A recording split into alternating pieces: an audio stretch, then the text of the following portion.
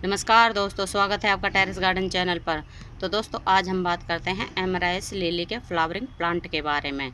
एमराइस lily का plant bulb से grow होने वाला प्लांट होता है। इसका बल्ब प्याज की तरह होता है, जैसे कि प्याज होती है तो उसी के तरह का इसका बल्ब होता है। तो दोस्तों इसका बल्ब फरवरी के महीने में ग्रो किया जाता है। तो या फिर आप इसके बल्ब को ऐसे ही गमले में लगा छोड़ सकते हैं, और क्योंकि ये परमानेंट प्लांट होता है। अगर आप इसके बल्ब को जैसे कि फ्लावर आने के बाद में निकाल के रख लेते हैं तो उसको आप फरवरी में ग्रो कर सकते हैं, या फिर आप अगर उसको गमले में लगा छोड़ दें तो वो परमानेंट के तौर पे हमेशा ही लगा रहता है। लेकिन उसमें फ्लावर आता है बाहर के मौसम में, मतलब मार्च और अप्रैल के महीने में ही इसमें फ्लावरिंग आती है। किसी प्लांट में एक हफ्ते पहले आ जाती है और किसी प्लांट में एक हफ्ते बाद में आती है, लेकिन इसके फ्लावर 15 मार्च के बाद ही शुरू होते हैं। तो अब आज है 30 तारीख, तो एक दो दिन पहले ही हमारा ये फ्लावर खिला था। तो इस मतलब ये वाला फ्लावर एक बार खिलने के बाद 4-5 दिनों तक ऐसे ही प्लांट के ऊपर लगा रहता है। तो इसमें नीचे से बल्ब में से एक स्पाइक निकलती है, जैसे कि ये मोटी सी निकली हुई है।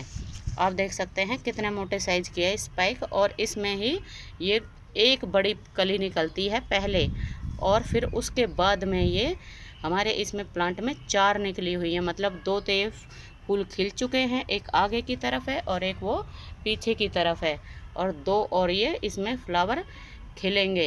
कल या परसों में इसमें ये फ्लावर खिल जाएंगे। तो एक स्पाइक में 2 से लेके 10-12 फ्लावर भी खिल सकते हैं। तो दोस्तों जब हम इसका बल्ब ख़रीदते हैं तो इसका बल्ब हम ऑनलाइन भी मंगवा सकते हैं, और या फिर इसका बल्ब हम नर्सरी से भी ले सकते हैं। लेकिन हमें बल्ब ख़रीदते समय एक बात का ध्यान रखना है कि बल्ब हमेशा मोटे साइज़ का होना चाहिए और थोड़ा सा पुराना होना चाहिए, क्योंकि अगर बल्ब छोटा होता है, नया होता है, तो उसकी ये गारंटी नहीं होती कि सेम ईयर ही उसमें फ्लावरिंग हो जाए। मतलब जैसे कि इस बार हमने उस बल्ब को लगाया है तो इस बार ही उसमें फ्लावर आ जाए। तो अगर बल्ब पुराना होता है तो उसमें मतलब जिस तरह के हमारे इसमें एक स्पाइक निकली है तो उसमें 2 स्पाइक भी निकल सकती है, अगर बल्ब पुराना होता है तो हमें मतलब बड़े साइज़ का और पुराना बल्ब ही चूज़ करना है जब हम इसको ख़रीदते हैं। तो दोस्तों इसमें कई कलर के फ्लावर आते हैं, जैसे कि रेड आता है, रेड, येलो, वाइट, पिंक, मतलब इसमें ढेरों कलर के फ्लावर आते हैं। और अगर इसकी मिट्टी की बात करें तो इसको लगाना है वेल ड्रेन सॉइल में, क्योंकि ये एक बल्बस प्लांट है। तो बल्बस प्लांट को मिट्टी मतलब वेल ड्रेन सॉइल में ही लगाना चाहिए।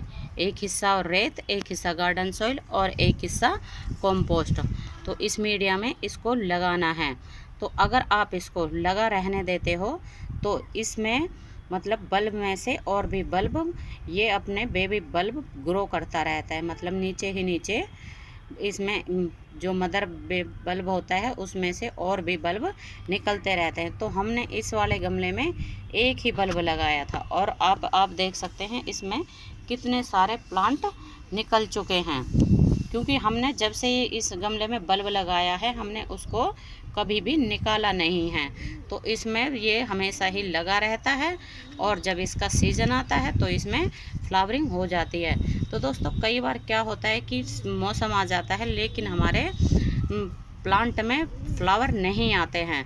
तो हमें उस टाइम क्या करना है, जैसे कि हमारे प्लांट की ये पत्तियाँ काफ़ी बड़ी बड़ी हो रही हैं तो इन पत्तियों को आधा आधा काट देना है। तो इससे जो प्लांट हमारी एनर्जी लगा रहा है पत्तियाँ बढ़ाने में, तो फिर हमारा प्लांट एनर्जी लगाएगा कली बनाने में। तो इसलिए हमें पत्तियाँ आधी आधी काट देनी चाहिए। अगर इसके पानी की बात करें तो इसमें पानी हमेशा चेक करने के बाद ही देना है। इसमें हमें ओवर वाटरिंग नहीं करनी है, क्योंकि ये प्लांट बल्बस प्लांट है, और बल्ब वाले प्लांट में हमें हमेशा पानी चेक करके ही देना चाहिए। अगर ओवर वाटरिंग हो जाती है तो हमारा बल्ब प्लांट का ख़राब हो जाता है। तो इसलिए पानी हमेशा चेक करने के बाद ही देना है और इसको ऐसी जगह रखना है जहां इसके ऊपर आधे दिन की सनलाइट आए। तो ऐसी जगह पे ये बहुत ही बढ़िया चलता है। तो दोस्तों इसको हमें थोड़े से बड़े ही गमले में लगाना चाहिए, क्योंकि अभी आपको बताया है जैसे कि ये नीचे से बल्ब ग्रो करता रहता है, जो इसका मदर बल्ब होता है उसमें से बेबी बल्ब निकलते रहते हैं। तो इसलिए इसको थोड़े से बड़े गमले में ही लगाना चाहिए। हमने इसको लगाया हुआ है 12 इंच के गमले में। अगर इसके प्राइस की बात करें, मतलब इसके बल्ब की प्राइस की बात करें, तो इसका बल्ब 20 से 30 रुपए में आसानी से नर्सरी के ऊपर मिल जाता है। लेकिन हम ऑनलाइन मंगवाते हैं तो ऑनलाइन थोड़ा सा हमें महंगा मिलता है। तो दोस्तों अगर हम इस तरह के प्लांट की बात करें तो फूलों के साथ में, जैसा हमारा ये मतलब गार्डन में लगा हुआ है, तो इस तरह का प्लांट हमें 50 से 60 रुपए में आसानी से मिल जाता है फूलों के साथ में। तो अगर अभी तक आपने इस प्लांट को अपने गार्डन में नहीं लगाया है तो अभी भी इस प्लांट को आप अपने गार्डन में लगा सकते हैं। ये परमानेंट के तौर पर लगा रहता है और हमारे गार्डन में अगर इसमें फूल नहीं आते हैं, मतलब जिस समय इनके फूलों का सीज़न नहीं रहता है, तो भी ये ग्रीनरी को बढ़ाता है। तो इस समय तो इसके फूलों का मौसम है, तो इसमें फ्लावर आए हुए हैं और काफ़ी बड़े साइज़ के इसमें फ्लावर आते हैं। आप देख सकते हैं कितने बड़े साइज़ का इसमें फ्लावर आया हुआ है। अगर इसके फर्टिलाइज़र की बात करें तो 1 महीने आप इसमें दे सकते हैं सरसों की खली का लिक्विड फर्टिलाइज़र, या फिर 1 या 1.5 महीने में 1 मुट्ठी वर्मी कंपोस्ट की, या फिर 1 मुट्ठी गोबर की खाद की। तो अगर आप इन फर्टिलाइज़र को दोगे तो इसमें फ्लावर बहुत ही बड़े साइज़ के आएंगे और बहुत ही ज़्यादा क्वांटिटी में आएंगे।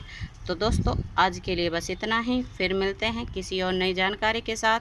तब तक के लिए नमस्ते जी, धन्यवाद।